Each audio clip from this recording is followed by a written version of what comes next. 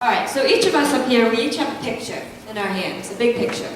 And each of these pictures tells a story that we experienced in Guatemala. Now we traveled to Guatemala, each of us, well these three traveled this year, they just got back a little while ago. I went my junior year of high school, so about 3 years ago. But it still has made a huge difference in my life. So we all went for a week and we worked in a school, we worked in a clinic. Guatemala is a very poor area. The little houses that they live in are like shacks. They don't have running water, they don't have electricity. Getting their food takes a lot of work. Sometimes they walk miles and miles and miles and miles, carrying things, carrying water, carrying sticks. So they spend a lot of time and energy just trying to live every day. So I would like to tell a little bit about myself and my church experience and how Guatemala has changed the way I look at things. So I've been coming to this church for practically forever, my whole entire life. Thank you. I was here as a little toddler. My mom had to bring me out in the narthex so that I wouldn't cry and interrupt the service. And I was here as a kindergartner and a first grader. And it used to be when we got perfect attendance by coming to church every single week, we'd get a little gift. So I have a little gold cross that's still hanging in my room. I remember the day that I decided I was too old to come up here and sit with you guys, and I sat instead in the back, and I was a little bit bored the whole entire time listening to the sermon because I didn't really understand what was going on. And then for a little while, once I started to get to that age, I stopped going to church because my middle school days and my early high school days got so busy that the only day off I had was Sundays, and it just started to seem like a hassle. And so it just seemed like it was starting to be a waste of a time.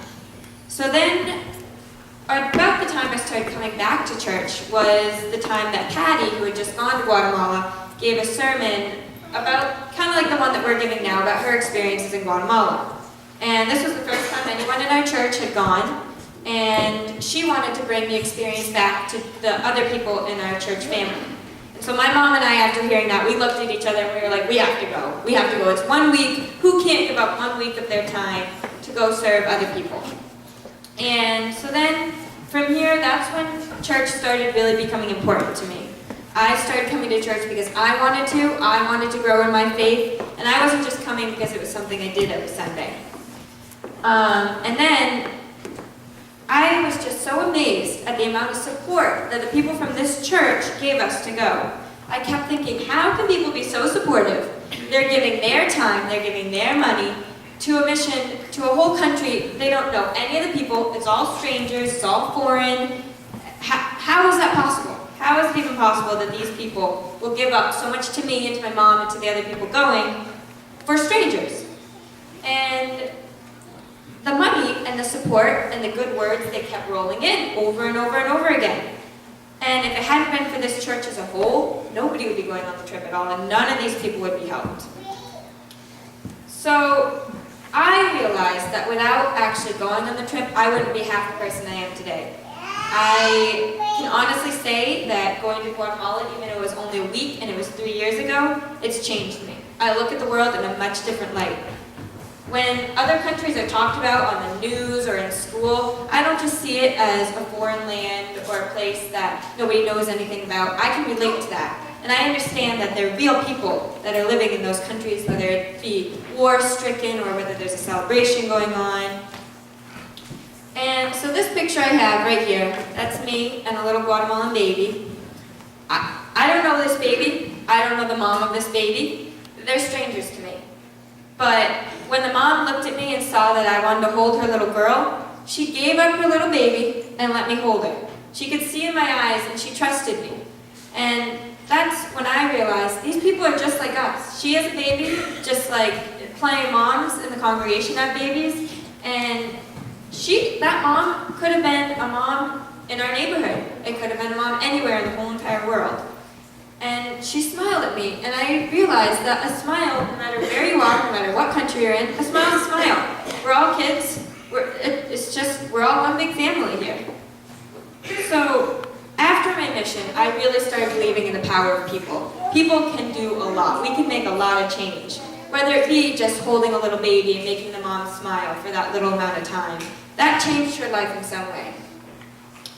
So I'm still in contact with Saluti Paws, which is the organization we went to. I check in with the administrators. I see how the kids are growing up. It's been almost 3 years. After this year, the kids that I worked with in Guatemala are moving on and they're not going to be in that school anymore. I hope they can continue their schooling because it's very important. And because of this, because of that experience that I had there, I've started my own journey. Not only am I just serving the Guatemalan church and the Guatemalan community and this community, I'm now connected with a church in Wakefield, New Hampshire and Rochester, New Hampshire, and I'm going to Zimbabwe for a month this summer. I am so excited for that. And I know that if I hadn't taken this trip and realized that it's possible to go somewhere and make a difference, I know I would never be headed to Africa for a whole month this summer. So that's just a little bit of story of how I've grown as a person through my church experience. And I don't know, they tell me right now that the kids in this generation aren't going to church and that it's becoming a real hassle to get them there. And I see a bunch of kids here, so I don't understand how that can possibly be true. So I'd like to thank all you guys for keep coming to church. And even if it doesn't mean that much to you right now, or if you don't really know what's going on, or you get little lessons, if you just keep coming to church, that faith will just grow and grow and grow, and think of how many people you can help, just knowing in your heart that doing good can help serve others. Hi, I'm Natalie Bunton, and I have to say I'm in the same boat as Sarah. My mom went to Guatemala 2 years in a row. Well, she went the first year and the second year. And both times they came back and gave a little sermon, if you will, about their experience and everything. And after listening to the sermon and thinking about it, I was like, it's pretty cool that they go for a week and they make all this change, and then they get to go back and see their change. And I guess my mom's persistence and my kind of desire to see another part of the world was the reason I went. This picture is in the schoolyard during recess. We had 6 kids on this and a baby doll, and you would push it and the whole thing wobbled, and you're like, oh my goodness. So when recess was over, one of the team members and I fixed this, and then they came out and you pushed it and it didn't wobble. So that was pretty good. I'd like to share a story about every evening we came back from devotion. We all came together, the medical team and the construction team. We had a devotional. And the medical team's devotionals were a little different than what the construction teams were. There was more, I don't want to say serious, but they saw more things than we did, I think. And one of the days, my mom was telling me that there was a little boy at the clinic, and every little kid got a toothbrush. And this little kid was ecstatic that he got a toothbrush, and he wanted 2. And one of the team members was like, no, you can only have 1. And I believe that was when they started squirting water at you guys through the window. But then they said they were kind of thinking about it, and if this little boy was so excited for a toothbrush and wanted another one, why not? You know what I mean? It's amazing what kids here would think is such a little and unimportant thing is so big to them. And it really just opened my eyes to see the difference between here and there. And now I'm back, almost 2 months, and it's pretty different. I see everything differently. I see the way our school runs, everything. They are so appreciative over there of any little thing, and it's amazing. So I come back with confidence and a new vision for the world. Hi, I'm Chris George, and I've been coming to this church for quite some time now. I remember when I was your guys' age doing my first communion. It didn't seem that long ago. And coming through the church, I've helped with Seco's Family Promise. My mom has organized that, and I've helped her out. And then I've been to Washington, D.C. with Alan Lurvy back there. He led a team. And so I've done a few different trips and service missions, and then I went to Guatemala this year, and it was a really awesome experience. I think the biggest thing I got out of it was how fortunate we are here. how lucky we are, like Natalie was saying, with the toothbrush. How many of you guys really like going to the dentist? No? Really? I guess more than I expected. Or the doctors, or going to school. Yeah. Right? But you guys actually are really lucky to do these things. A lot of people around the world don't get that opportunity. What?